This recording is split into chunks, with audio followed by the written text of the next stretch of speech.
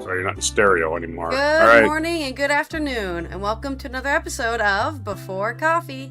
It's Wacky Wednesday, but I have nothing wacky to report on. But I think Raj does have some wacky stuff. You're the guy who has the Wacky News Network or whatever. I don't have any source for that. I've tried to look up a European-based source for wacky news, but I've never found anything. So I'm specifically on the prowl on Wednesday, just for those kind of stories that aren't in the headlines necessarily. Okay, well, I'm ready to go, so let's go with our headlines. All right. Today on Before Coffee, Spain's Conservative Party leader proposed as PM despite no majority. Supply chain shortages delay tech sector's AI bonanza. Tory MP accuses Greeks of opportunism over missing British museum items. And Weird Wednesday, we have all the dirty details on this year's strange mushroom season in Colorado. First, not for EU labels appear on supermarket food in Northern Ireland. And in cultural news, who were the characters in the band's anthem The Wait based on? Today, on August 23rd, 2023, 8/23/23 edition of Before Coffee.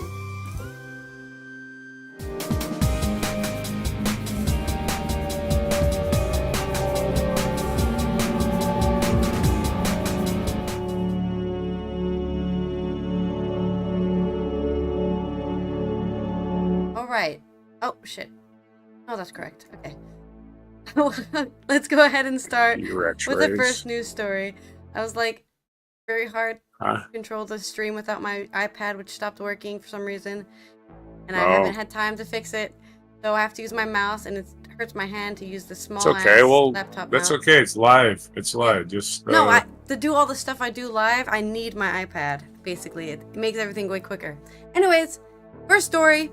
Spain, I remember 2 weeks ago or 3 weeks ago, we were talking about how Spain is currently trying to get a new prime minister. They didn't get enough voting last time, so they were voting again, try again to get a prime minister. And this time, they order one from the catalog. Yeah, that's basically what they're doing. Despite no majority, they're pushing the Conservative Party leader. Of course, he would say, "Hey, can I be leader?" You know, it doesn't work when you are the person who's up for being leader and saying, "I think we should choose me." You know, that's what leaders do. Instead of like some third party deciding who should be it. No, you just say, "I think it should be me, guys." Yeah. Any reasons? Anyways, I'm right about everything. Stephen Bergen in Barcelona. The leader of Spain's Conservative People's Party has put forward to be prime minister, in a move that seems doomed to fail as it has not secured enough votes to command a majority. In accordance with protocol, King Felipe VI proposed Alberto Fierro for the investiture on Tuesday night on the grounds that his party won the most votes in last month's general election, which produced a hung parliament. The People's Party won 137 votes with its allies in the far-right Vox Party, plus two smaller parties, can muster a total of 172 votes, short of the 176 needed for a majority. So even with 15 other parties, they still can't make a majority. As things stand, Fierro has no other possible allies. Pedro Sanchez, leader of the incumbent Socialist Workers' Party coalition government, told the king that his party and his allies could garner 178 votes. Yeah, so maybe he should be the prime minister, not the guy who can't even get the majority. Ever since the votes were counted on July 23rd, Fierro has seemed determined in his attempt to be invested as prime minister, despite the fact that the smaller parties that have supported the Conservatives in the past have made it clear that they would not enter a coalition that includes the Vox Party. Spain, I'm so proud of that. You know, that's something to be proud of, because so many, especially in Europe where you have multiple parties, they'll join the coalition with the far right who want to ban, immigrants and kill all brown people and all this sort of stuff. And they're like, yeah, well, we've always been with the Conservative Party. Yeah, but they're siding with the far right people who are crazy. And in Spain, they're saying, fuck that. We're not going to be in a party with people who are going to fundamentally try to alter the the progression of our society. So we're going to tough luck, viejo. We're not joining your party. Spain is a parliamentary monarchy, and it's the duty of the king is to propose a candidate for prime minister to parliament. In a communique on Tuesday night, the palace said the king was putting Viejo forward because the People's Party was the political group that obtained the most seats on the 23rd of July, adding that this was a customary in a democracy that the candidate with the most votes should be given the opportunity. In a statement, Viejo said, "I am putting myself forward to represent the immense majority who wish to preserve democratic dignity for which so many have fought," adding that he was not only 4 votes short of a majority. The vote is not expected until next week, and assuming Viejo fails, Sanchez will have to persuade the conservative nationalists of Together for Catalonia to vote for him if he is to have a chance of continuing to govern. Failing that, the country will have to go to the polls in December for the 6th time in 7 years. So that's our short story on the Spanish government update here. So factionalized. I'm hoping bunch of that splitters. they're gonna fail. As they say in Life of Brian, splitters. Yeah, and we will see. Not the Judean People's Front. The Judean People's Front is always fighting with the People's Front of Judea. Because we know one of them is seriously wrong. Okay. Your story. Okay. And we're going to talk about AI, which is about to take over us, whether we want it or not, in serious ways. We won't notice it until it's too late. But hey, laissez-faire capitalism. Here we are. We'll send you a... Okay. This is again. This is from Financial Times. I'm reading advertising, so we'll start over. Catherine Hill in Taipei and Qianar Li in Hong Kong. This is from Financial Times.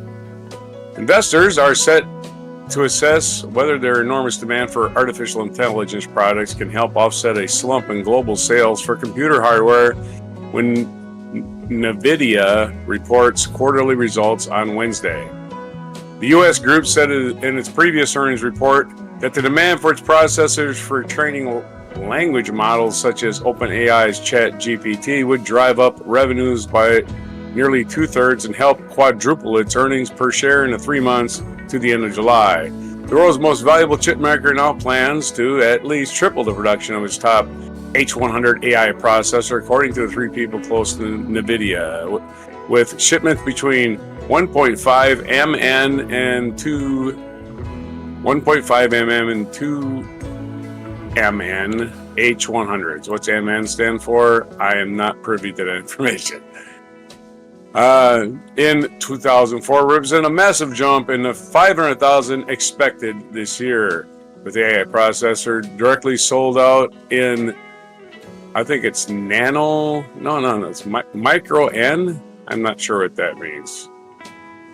No, not sure, not up on it.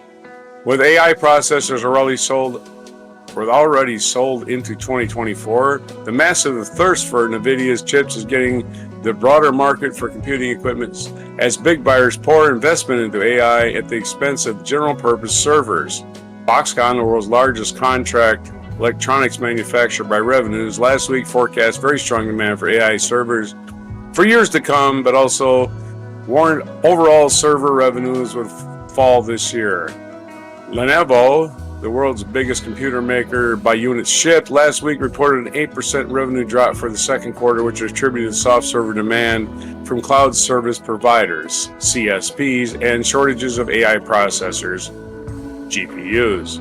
CSPs are shifting their demand from the traditional computers to AI servers, but unfortunately the AI server supply is constrained by the GPU supply, said Yang Yuanqing, Lenovo chief executive. Lenovo.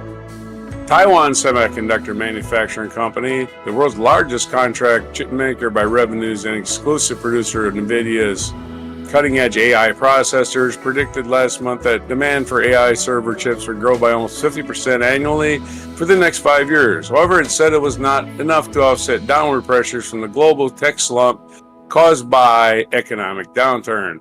In the U.S., cloud service providers such as Microsoft, Amazon, and Google, which account for the lion's share of the global server market, are switching their focus to building up the AI infrastructure. The weak overall economic environment is challenging for the U.S. CSPs, said Angela Sang, vice president at KGI, a Taipei-based brokerage. Since in AI servers, every component needs to be upgraded, the price is a lot higher. The CSPs are aggressively expanding in AI servers, but that was not in the cards when capital expenditure budgets were drafted, so the expansion is cannibalizing the other spending. Globally, CSP capital expenditures are expected to grow by just 8% this year, down from 25% growth in 22, according to Counterpart Research, as interest rates rise and businesses cut back. There you go. There's that recession we wanted. Industry research from firm TrendForce expects global server shipments to decrease by 6% this year and forecasts a return to only modest growth of 2% and 3% in 24. It points to the decision by Meta Platforms to slash server purchases by more than 10% to channel investment towards AI hardware and delays in Microsoft upgrades to its general purpose servers to free up funds for AI server expansion. Besides the NVIDIA chip shortages, analysts point to other bottlenecks in the supply chain that are delaying AI harvest for the hardware sector. There's a capacity shortage both on advanced packaging and high bandwidth memory, both which are limiting production output, said Brady Wang, a Counterpoint analyst. The TSMC plans to double its capacity for CoWoS, an advanced packaging technology needed to make NVIDIA's H100 processor, but warned that the bottleneck would not be resolved until at least 2024. The two main suppliers of HBM are South Korea's SK Hynix and Samsung. And this story goes on for quite a bit after this. And we got the history of electronics, the history of numbers. Let's see. Fires discovered, the wheel. Okay. All right, we covered it all. Your story. Some of these people just really want to expound on stuff. Hello? Wow. I was moving my I don't lights. hear you at all. Okay. Now I'm slightly invisible. It's fine. Next story. Let's go to updates on the British Museum. I don't know if we covered this story, but at some point last week or the week before, somebody stole some stuff from the museum. They found out it was just some workers there. Right. Stealing stuff or reclaiming stuff, probably, because it's the British Museum, which famously steals other people's stuff and then puts it in a box. They're called archaeologists, man.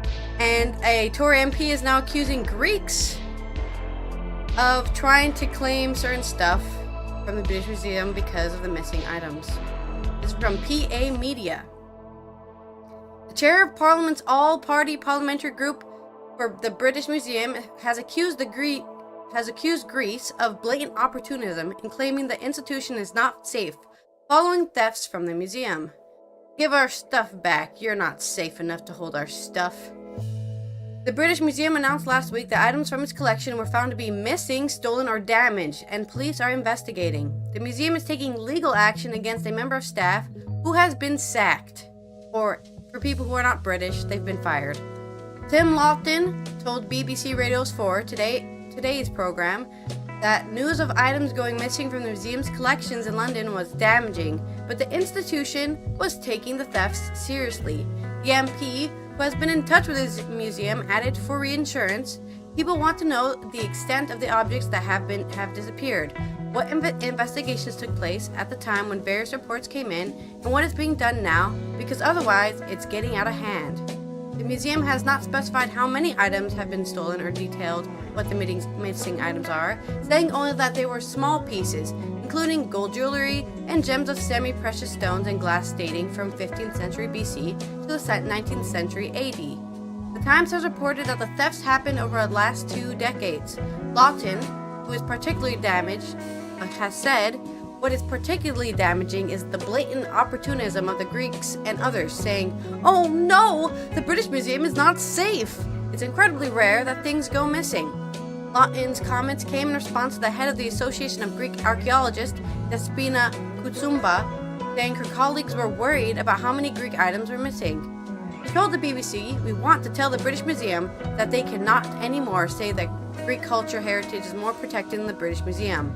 It is obvious that it's very well protected in Greece and not in British museums." Greece has been campaigning for decades for the return of the Parthenon sculptures, which once adorned the Parthenon at the Acropolis in Athens. The country has long claimed they were illegally required during a period of foreign occupation. Yes, I remember this in history. The British did occupy Greece for a while. I think during World War I? This is after the Ottoman Empire had collapsed, I believe. Sometime between World War I and World War II, I think they occupied Greece for a short while. I'll have to look up my history during your story, but I think that's what happened. Where was I? Okay. While British officials have rebuffed repeated demands for their return, Lawton has asked about emails leaked to the BBC News that claim that the British Museum was alerted to the thefts in 2021 and ignored the report. He said, "With respect, all that comes out is a few emails rather than the bigger picture. But the British Museum will need to account for that because if people are trying to report potential objects having appeared outside of the museum, then absolutely those need to be investigated and potentially referred to by the police. So what action was taken? What checks and balances are there at the museum?" Also putting into context, the British Museum has the most online documented collection of any major museum in the world. There are over 2 million of its objects available online to see. This is all stuff Lawton has said. That all of those were quotes he has said.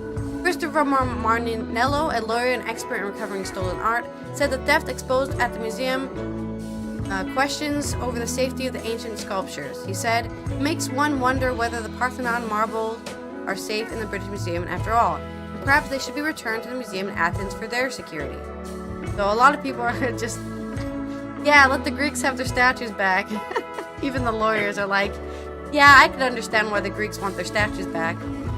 The Daily Telegraph has reported that the number of stolen items is believed to be well over 1,000 and closer to 2,000, with a value running into millions of pounds. An independent review of security has been launched, and the matter is also under investigation for the Economic Crime Command of the Metropolitan Police. No arrests have been made. The review will be led by former museum trustee Sir Nigel Boardman and Lucy Do'Urcy, the Chief Constable of British Transport Police. So there's your update on the Greeks wanting their statues back and the British Museum being the British Museum. All right, you had a Nigel in there too. Yeah. We're not the Hurricane Nigel yet. We're still in, I think we're in H. At least Atlantic H. All right. In fungus news, we have a story from Colorado. Shelley Reardon for the Aspen Times. All the dirty details of this year's strange mushroom season in Colorado. Fungi are already perplexing. They're not an animal nor a plant, but provide crucial support to both while serving as one of the planet's main decomposers. But the fruiting bodies of fungi, widely known as mushrooms, are acting especially strange this year in Colorado. A wet spring was expected to create a moist haven for mushrooms across the state this summer, but the organisms were just starting to appear. "It's a very strange season because we are late," said John Sommer, the president of the Colorado Mycological Society. "We're late, behind in everything. We had all that rain earlier, but we're expecting lots of mushrooms, but they didn't grow because it was cool." Despite the heat wave hitting much of the state in July, soil temperatures remain cool for excessive moisture acquired throughout the spring. So the summer mushrooms, which typically make themselves known when the soil reaches 60 degrees Fahrenheit, remain hidden. But they're starting to appear now. "We're definitely expecting abundance," Sommer said. "We haven't seen it yet, but we're expecting it. Typically, mushroom season begins towards the end of June and can last through September, usually cutting off when conditions get too dry or too cold. The last 2 years have been especially good for mushrooms despite varying amounts of moisture, so it's hard to forecast how mushroom season will turn out. 21 was probably one of the best years in 30 or 40 years, he said. Mushrooms have been increasing in abundance, and so have those searching for them. The popularity in mycology and foraging in general has become as bloomed, over recent years, which has been reflected in the membership of the Denver-based Colorado Mycological Society. We went from 200 members to 2,000 members in 5 years, Sommer said, and during the pandemic, it just exploded. It just mushroomed, he said. He made a pun. Fungi are literally everywhere across the planet, on every continent. Still, when it comes to finding mushrooms, you have to know where to look. In Colorado, any forest is a great starting point. Like wildflowers, mushrooms appear at lower elevations first, and the peak bloom shifts up to the mountains later in the year. But there are some important things to know before you start turning over logs. You must be skilled enough to identify what mushrooms to eat. You never want to do this by just looking on the internet or in a book. You must have hands-on experience with somebody who at least knows a particular species that you're hunting. That's a critical thing. Some of the most populous mushrooms in Colorado are porcinis, including the Boletus rubriceps and the Boletus edulis, also known as the king bolet. They're relatively easy to identify. They're big. You can get them 12 inches across. They're delicious edibles when you get them fresh. Chanterelles are found in the western side of the state and are more than anywhere else in Colorado and frequently sought out by foragers. Matsutake mushrooms are prized in Japan, according to Sommer, and can be found under lodgepole pines. Mushrooms can be found under trees and alongside rotting logs, but each species has its own preferences, so finding a guide or going with a friend who knows their stuff is the best practice when it comes to mushroom foraging. The best reason to go with someone with expertise is to avoid a risk of getting sick. Edible mushrooms can be tricky to identify and often have lookalikes that are less friendly. But on the bright side, you will hallucinate before you die.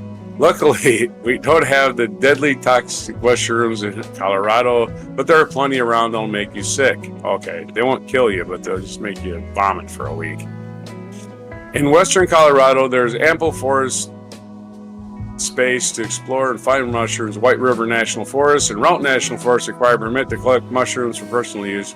Permits are free. The White River National Forest gives up 125 permits a year. There's no limit how many permits the forest gives out a year. Personal use permits are also free in the Route National Forest, while commercial permits are $20. The forest in northwest Colorado also offers specific collection zones. Mushrooms can be gathered from most U.S. Forest Service land except for wild wilderness areas, research natural areas, and special interest areas. Other U.S. Forest Service rules include it is common practice not to take all of the mushrooms from a certain area. Leaving some behind allows to stash or return year after year. Finding a mushroom community and leaving more. Thankfully, people who love mushrooms are far easier than tracking down a morel. Finding a mycological society or club is the best place to start and safely forage while learning from others. There's the Colorado Mycological Society, Pike Peak Mycological Society, and the new Roaring Fork Group forming out of Carbondale, said Sommer. The nonprofit groups teach classes, have monthly forays and lectures to educate those fascinated by fungi. The Colorado Mycological Society is working on a publishing book about foraging mushrooms that will include mushrooms, about 70 edible species of mushrooms in the state. And there's your update on the Colorado mushroom hunt. Sounds like an adventure. Hey, your audio's getting weaker on my end here. My audio's getting weaker? You must be far away from your microphone or something. The one I can hear far you. Away. I can barely hear it just start. Now I can really faded completely. Yeah, I can hear you. Go ahead. There's something that's like altering my audio, but I don't know what it is, and it keeps on making me quieter and quieter. Anyways, in our next story, we have been talking about how it's been harder and harder for the UK and the EU to be trading foodstuffs and animal and all sorts of agricultural goods. And now we're starting to see the first not for EU labels appearing in supermarkets. That's right, now people in the UK can no longer export some of their stuff, and it has to stay in the UK and be bought in the UK, and that's it. Featured here is a label from Northern Ireland with Northern Ireland beef from steak, and it says UK only, not for EU. And then born in the UK, reared in the UK, slaughtered in the UK. Okay, cut in the UK as well. It's everything. And it has to be, and it has to also stay in there. That also has to stay in the UK. This is from Joanna Partridge. The first not for EU labels have appeared on food products sold in Northern Ireland in a sign for consumers of the changes resulting from the Windsor Framework deal that updated the region's post-Brexit arrangements. As part of the framework, announced in February and designed Stupid. and the... I said England is stupid. Yeah. Designed to end the long-running dispute between EU and UK over the Northern Ireland Protocol, new labeling is being introduced for certain retail goods moving from Great Britain to Northern Ireland.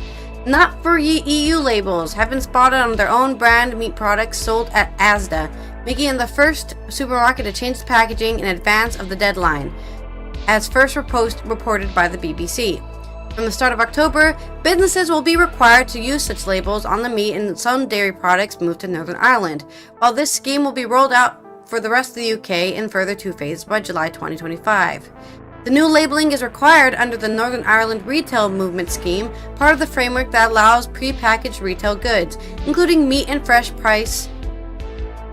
I don't know what fresh price is. Meat and fresh price. It must be a British term. And certain loose goods, such as fruit and vegetables, to be transported from Great Britain through a green lane to Northern Ireland. The new labels are designed to ensure that the goods are not moved onwards into the EU, for example, to Republic of Ireland. Because even though they're on the same place, right, you better not take your English beef the rest of the Republic of Ireland. It's staying in Northern Ireland. Do not cross the border with your beef. I don't care if you're going to a cookout in the Republic of Ireland, you are not allowed to take your beef across the border, okay? Because Brexit. That's the only reason this is happening. If Ireland would just reunite and be Ireland again, everything would be easier, but we're not doing that, I guess. And Scotland got its independence. Yeah. Okay. The protocol was contentious because it resulted in an open trade border on the island of Ireland, but in effect created a sea border between Great Britain and Northern Ireland, making trading more expensive and more complicated. I think it's already, definitely has. The products that arrived in Northern Ireland from the rest of the UK were subject to checks and controls, a move that prompted political instability and drew protests from the Democratic Unionist Party. Of course, because they would like to join with Ireland. They're a unionist party. They would like to reunion with the rest of Ireland. Retailers, including a chair of Marks and Spencer's, previously attacked the Northern Ireland Protocol rules for sending food between Great Britain and Northern Ireland, calling them highly bureaucratic and pretty pointless. However, supermarkets including M&S have also previously urged the government not to consider adding separate labeling for goods that sold in Northern Ireland, saying that would add costs for retailers and customers. Some retailers have expressed concern that businesses have not had enough time to prepare for the scheduled labeling change, which could mean that not all companies comply with the new rules when they are introduced in October. However, the government suggested in its most recent guidance that it may not fully enforce the new rules in the initial period after the introduction. An updated issue in late July by the Department for Environment, Food and Rural Affairs stated that the procedures will be in place during the first few months of the new scheme to ensure that authorized food traders will be able to benefit from the green lane between Great Britain and Northern Ireland. Now, some viewers out there might be questioning, why the hell do you have to have food labels anyways? Well, the answer is that what if you think you're eating an EU-grade piece of beef and you find worms in it or something, and then you're like, hey, what the hell, this doesn't follow the guidelines of food safety, I'm gonna sue someone, the company or something, you know? And then the company's gonna be like, oh no, we bought wormy meat or something, whatever. But this, now they can say, okay, this was from the UK. This is UK grade meat, so I should expect worms. I'm just kidding. But you have a certain expectation, obviously, and this mostly helps businesses. I think with liability. You know, the government has said we graded it. They said we perfectly made our beef correctly according to UK standards. So if you're expecting EU standards, go to the Republic of Ireland, because that's the only place you're going to find it. On to your next story. Okay, this is Weird Wednesday, not necessarily Wacky Wednesday. None of our stories are really wacky, you know. We're gonna delve into. We know Robbie Robertson passed away about 10 days ago, and is probably the biggest song as far as impact was "The Weight," which people don't even know the name of the song; they just know the chorus. Take the load off Fanny, put the load on me, and we're gonna explore all the characters in the 5 verses of the song are actually real people in real life. And this is a story from Tom Taylor of Far Out Magazine. So he dropped some, speaking of shrooms, he probably dropped some shrooms and wrote a nice article. No, just kidding. On the surface, the band seems like a terrible name for all purposes other than inspiring Abbott and Costello comedy routines. However, when you delve into the backstory and what they represent, the picture becomes a lot clearer and the name seems a lot more like the only one fitting. In 1957, Jack Kerouac's On the Road was first published. Open any given modern copy, and you may well find Bob Dylan printed into the sleeve proclaiming, "It changed my life like it changed everyone else's." The tale of catching culture on the wing is one that spawned a generation of beats who followed in his footsteps and wavered a gingham-clad path across the breadth of a bulging continent. Oh boy, looking at John Steinbeck sentence there, huh? This was essentially the life that the band seemed to live. Consisted of Rick Danko, Richard Manuel, Garth Hudson, Levon Helm, and Robbie Robertson. They hightailed across America, pervading its various subcultures, encountering its most quirky characters and weaving their own legacy along the way.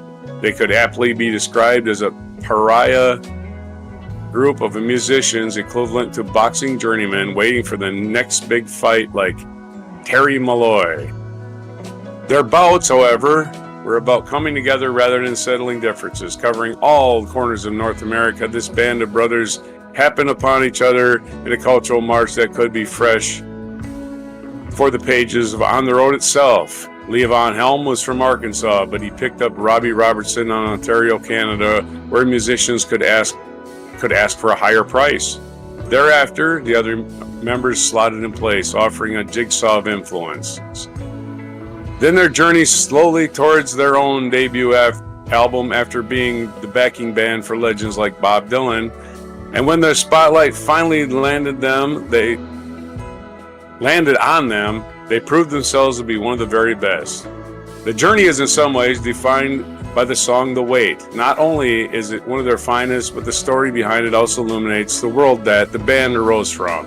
As Levon Helm writes in his memoir, "The Wheels on Fire," Levon Helm, the story of the band, "we had 2 or 3 tunes, or pieces of tunes, and The Weight was one of them, one I would work on. Robbie had that bit about going to Nazareth, Pennsylvania, where the Martin Guitar Factory is at. The song was full of our favorite characters." He explains Luke was Jimmy Ray Paulman. Young Anna Lee was Anna Lee Williams from Turkey Scratch. Crazy Chester was a guy we all know from Fayetteville who came into town on Saturdays wearing a full set of cap guns on his hips and kind of walked around town to help keep the peace, if you follow me. He was like Hopalong Cassidy, and he was a friend to the Hawks. Ronnie would always check with Crazy Chester to make sure there wasn't any trouble around, and Chester would assure him that everything was peaceable and not to worry because he was on the case. 2 big cap guns he wore, plus a toupee. This quirky assortment, coupled with the way the band pulled the music together, defines the nature of the group. As Helm concludes, there was also Carmen and the Devil, Miss Moses and Fanny, a name that just seemed to fit the picture, but I believe she looked a lot like Caledonia. We recorded the song maybe 4 times. We weren't really sure it was going to be on the album, but people really liked it. Rick, Richard, and I would switch the verses around among us. We all sang the chorus. Put the load right on me. That is the don. Let's go to the next story. That's it then. That's it. We moved on to the next story. Seamlessly on to the next story.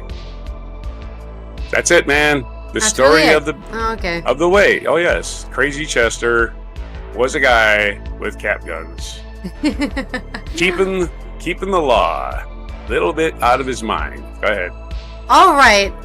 Not much happening in culture right now except for that Greek museum thing I talked about earlier.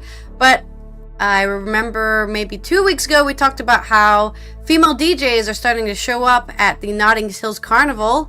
And of course, there's somebody who doesn't like Caribbean culture, so they're angry that black people exist.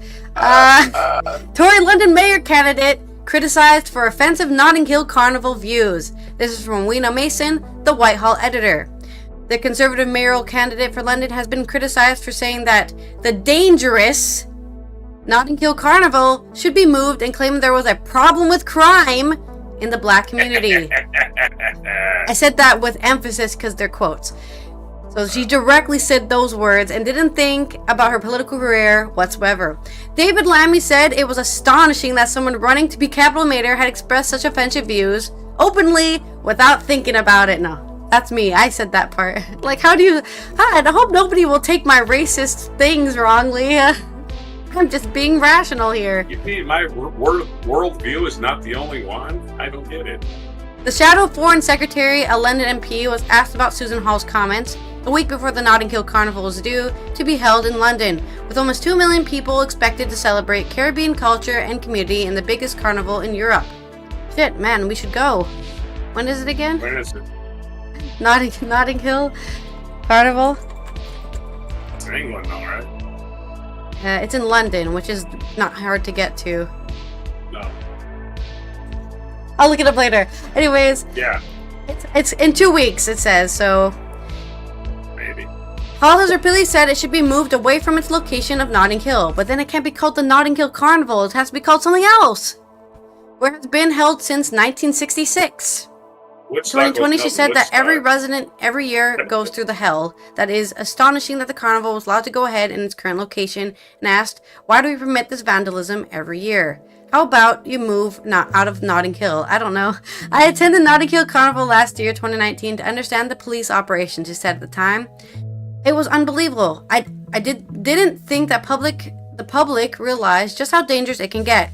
Astonishing that we should put our police in this position every year and the cost of taxpayers is eye-watering. Okay, first of all, it's good that the public don't realize how dangerous it can get. That's what the police are for. If the police are in a dangerous situation, that's what they signed up for as police. What is going on? That's like you want to be on an oil rig, but you might get injured on an oil rig. Then don't work in an oil rig. I don't understand this concept here. Police should not be in a dangerous situation ever. Police are there to make sure that everyone else isn't in a dangerous situation. So, when I returned to the Capitol after COVID last year, Hall said, of course police officers dread it. There's always violence. They put it in themselves in danger at every Notting Hill Carnival. The cost of policing is eye-watering. How long can it be allowed to continue in this way? Crazy. Can you explain how it's actually happening instead of just telling me that it's crazy and dangerous, but you're not saying how it's dangerous? Well, you see, there's black people there, and then they don't like police officers. So they're kind of rude to them. It's so dangerous. Like, please tell me, are people being murdered at the Notting Hill Carnival? Are people's cars being broken into and destroyed and stabbings? Like, give me information on how it's dangerous instead of just saying it's dangerous. Trust me. The source, me. Just trust me, bro. In 2019, she said the carnival had become too big and should be moved, despite saying it was an incredible event. She added, I've already said on Twitter that I think the carnival should be moved for the safety of the police, the innocent that attend, and the poor residents live in the area, because some of the stories are appalling. Police, no matter where they go. Yeah. The police are never safe. That's the job you sign up for. Hall is not alone in suggesting moving to the Notting Hill Carnival. Ken Livingstone, the London mayor, floated the idea of starting the carnival in Hyde Park. and proceeded to its original venue, but this proposal was abandoned after opposition. Honestly, Hyde Park wouldn't be so bad. It's a very big park. But, What's this Karen's name? the Karen. Her name is, I already forgot her name as well. Susan Hall. She looks to be about 60. So, you have to answer for her. What's your girls worrying about? Oh my goodness, somebody's having fun. Let me stop it. Yeah. Well, like I said, she's saying she's heard tragic stories, but she's not telling me what the stories are. The Metropolitan Police Federation also called for the route to be changed last year, saying they did not have the resources to police it effectively. Last year, one person was fatally stabbed, and more than 70 police were injured, and 200 arrests were made. Thank you for giving me some information about how dangerous it is. One person was stabbed. A spokesperson for Hall said that she made no apology for condemning violence at public events and demonstrations, and that she was proud to celebrate London's diverse communities. The Conservative candidate has also criticized Black Lives Matter protesters after the murder of George Floyd in the U.S. She said of the June 2020 London March, with thousands of people turning out in support of Black Lives Matter, "What a surprise, these protests have turned violent," says no one. She actually said that.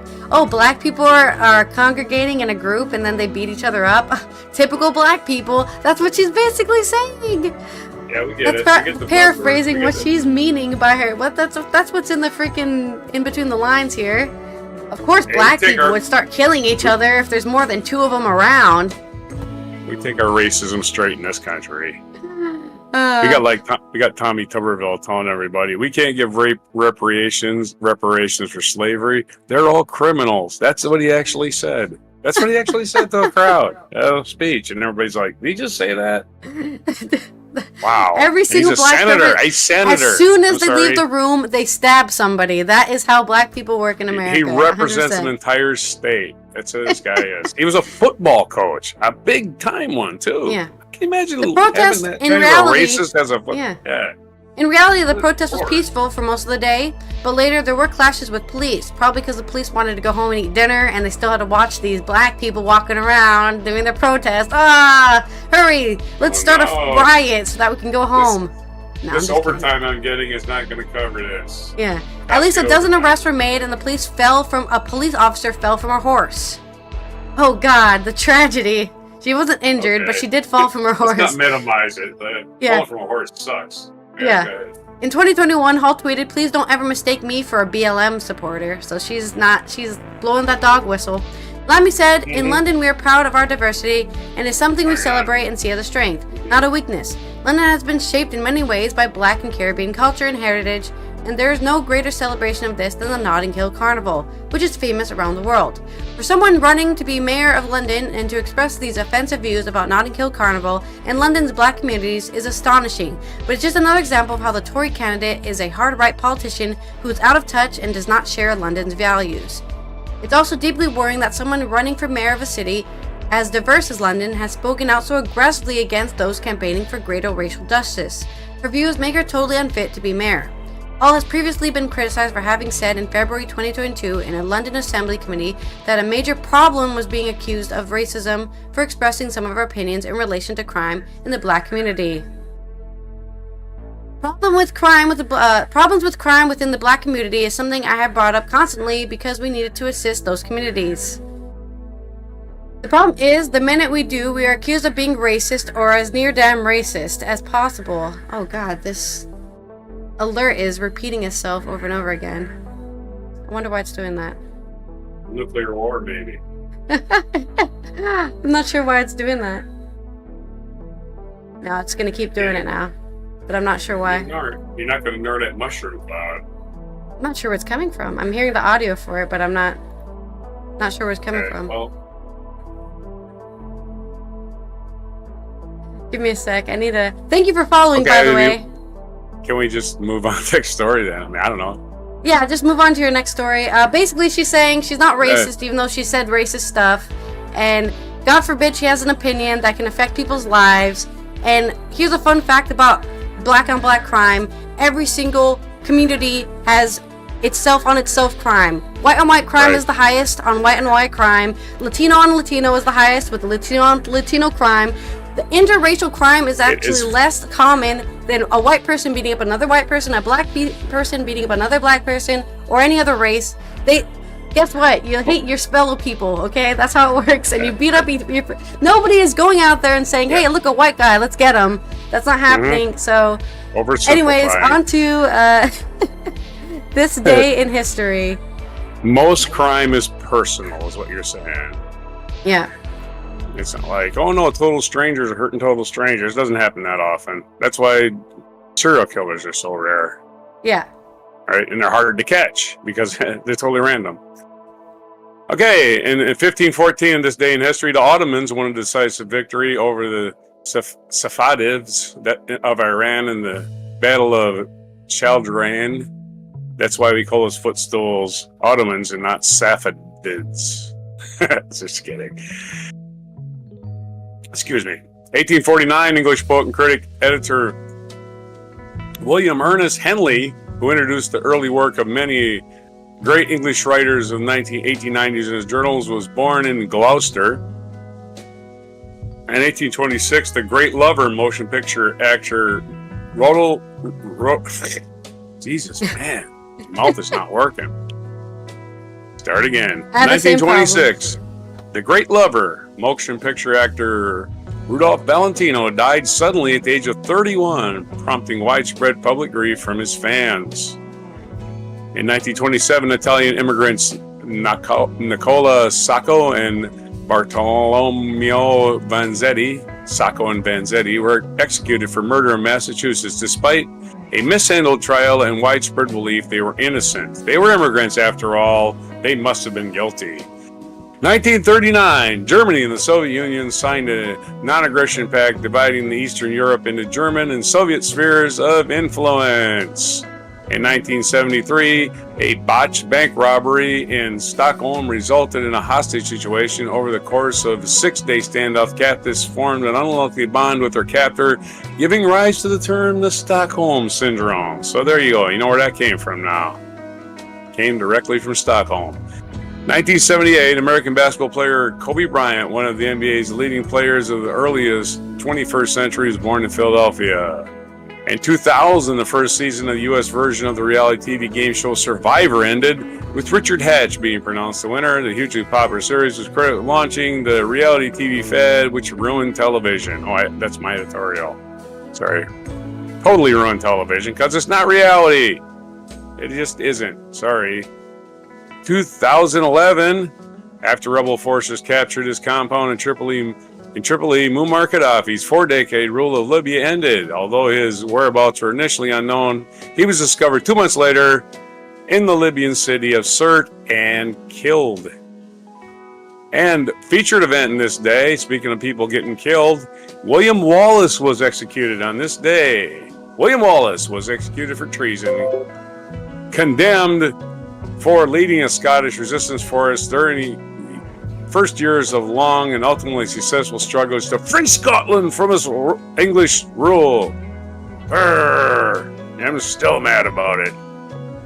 Anyway. And that was in this day in 1305. I didn't put that down. William Wallace was executed.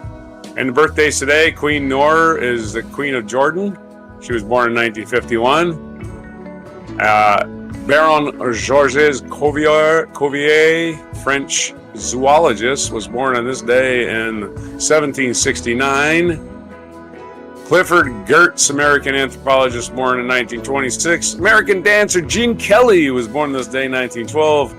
And we just covered the French zoologist guy. Okay, today is what day? It is National Sponge Cake Day.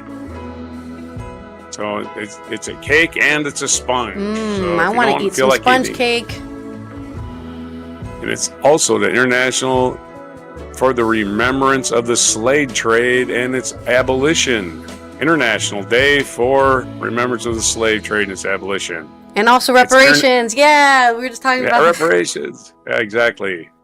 Piss off the people that are like, I can't believe I'm wealthy just because of slavery. Yeah, you are. Yeah, so many generations. Everything's been built by them. At least in America, everything was built by them. National Ride the Wind Day. I wouldn't say everything. Everything in the South was. National Ride the Wind Day, which is probably about hang gliding, I imagine. National Cuban Sandwich Day. Ooh, those are What's good. a Cuban sandwich? Cuban sandwich, you take it. It's like a regular sandwich, except you put it in a press and you press it down. Oh, like yeah, okay. yeah, and smashes Flat. it. Yeah, and it's just one compact thing. And, it's like easy to fit in your mouth. You can probably shove the whole thing in your mouth now. I'll let Swallow it in one go. Yeah, for sure. That's right. And then constipated for a week. Black Ribbon Day is today. What's Black Ribbon Day? Why would you wear a black ribbon? Because you Isn't like it for licorice? veterans? Or something bad? It's the European Day of Remembrance for victims of Stalinism and Nazism. Yeah, there you go. I know Sure. something bad to do with wars. It is Black Ribbon Day in Europe. So wear your black ribbon. You see people walking around I Black need a black Ribbons Day. ribbon. I don't have any. If you don't have a black ribbon, take your regular ribbon and set it on fire. It'll turn black. It won't be a ribbon anymore either. I need to make a ribbon real quick. I have a black ribbon. Just get some black material and cut it and pin it to your shirt. That's all you need. Make a ribbon. There you go. My really Do a long little black cross ribbon. thing, and there you go. You got yourself a ribbon. All right, that's it. That's all there is today. Cuban sandwiches, black ribbons, and I'm not done. wind and Wait, I'm sponge not cake done and wrapping my ribbon here. International Slave I'm Remembrance trying to make Day. a ribbon real quick. My black ribbon here. Okay. Okay.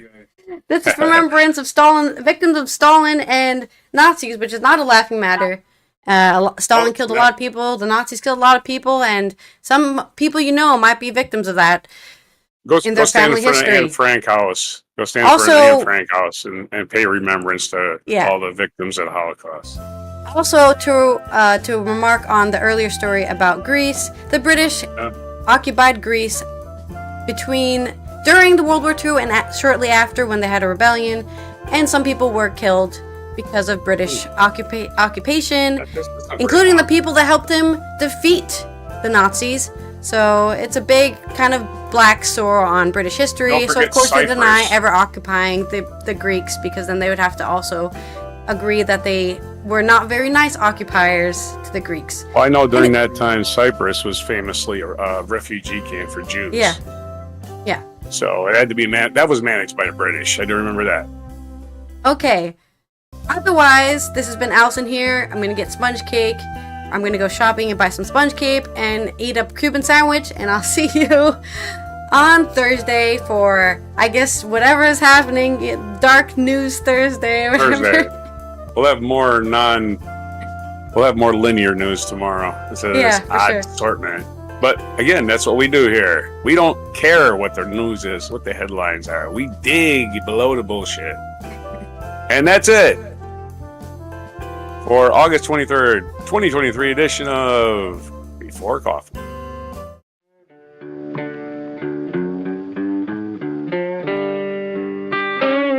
Be sure to hit the like, subscribe, and notify buttons, and follow our other channels, Toxic Alley, History of Gravy, and Scratchy Old Records.